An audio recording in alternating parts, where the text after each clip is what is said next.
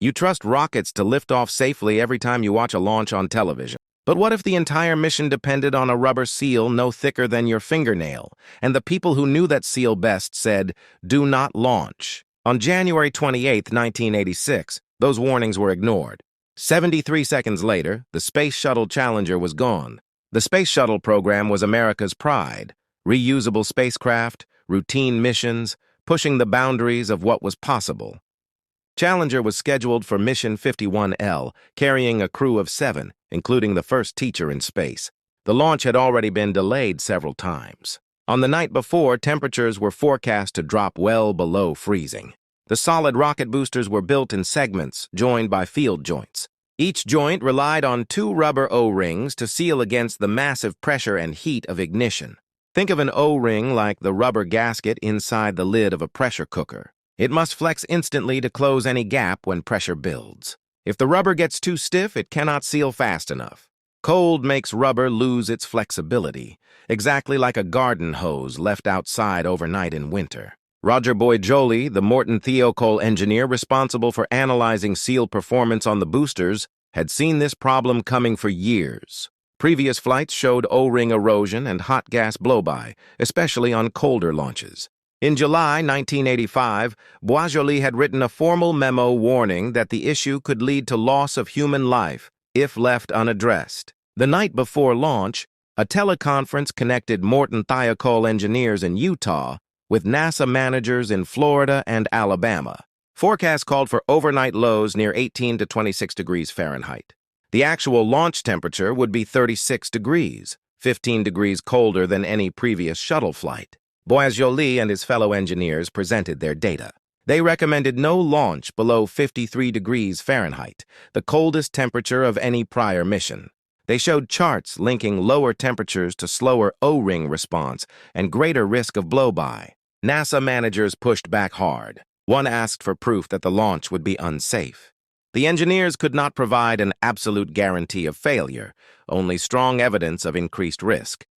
After hours of discussion, Thiokol management initially sided with their engineers and recommended delaying the launch. Then came the turning point. During an offline caucus, Thiokol's senior managers reversed that position. They approved the launch. The engineers' warnings were overruled. But here's where it gets even worse. The people who ultimately approved the launch at higher NASA levels never heard the full strength of the engineers' objections. Crucial details about past O-ring damage and the temperature concerns never reached the top decision-makers in a clear, complete way. The system for escalating safety concerns had broken down. The next morning at 11:38 a.m., Challenger lifted off into the clear but bitterly cold Florida sky. At 0.678 seconds after ignition, cameras captured the first puff of gray smoke from the right booster's aft field joint. More puffs followed, blacker each time, showing that hot gases were escaping and eroding the seals. The primary O-ring never fully seated because the cold had stiffened it. The secondary O-ring held briefly, then failed too. 73 seconds into flight, about the time it takes to walk from one end of a basketball court to the other, a plume of flame burst through the joint. It burned through the external fuel tank. The shuttle broke apart under aerodynamic forces. All 7 crew members were lost. This was not a case of unknown risk. It was a case of known risk being set aside. The rubber did exactly what the data predicted it would do in the cold. The joint design had a flaw that had shown itself repeatedly, and the decision-making process allowed schedule pressure and customer demands to silence technical judgment. The Rogers Commission, appointed by the President, investigated every detail. Their report was clear. The physical cause was the O-ring failure in cold weather. But the deeper cause was a flawed decision-making process that ignored engineers' warnings. Information was filtered, objections were downplayed, and safety margins were treated as negotiable. After the disaster, everything changed. The solid rocket boosters received a complete joint redesign with new seals and heaters. NASA created independent safety offices that report directly to the top. Launch decision protocols now require that any engineer's no-go recommendation must be resolved with full transparency at every level. No launch proceeds if the contractor responsible for a critical system objects. The culture shifted from prove it's unsafe to prove it's safe.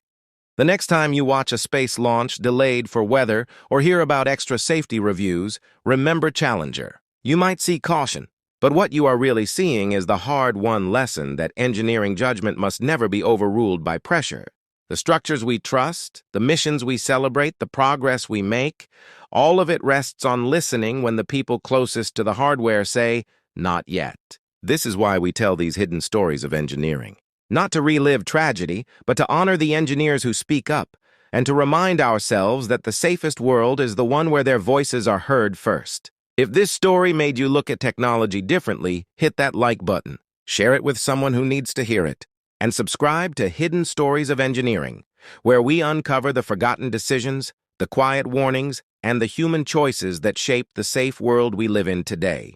Thanks for watching. Stay curious, and remember, the most important forces in engineering are often the ones you cannot see until it is too late.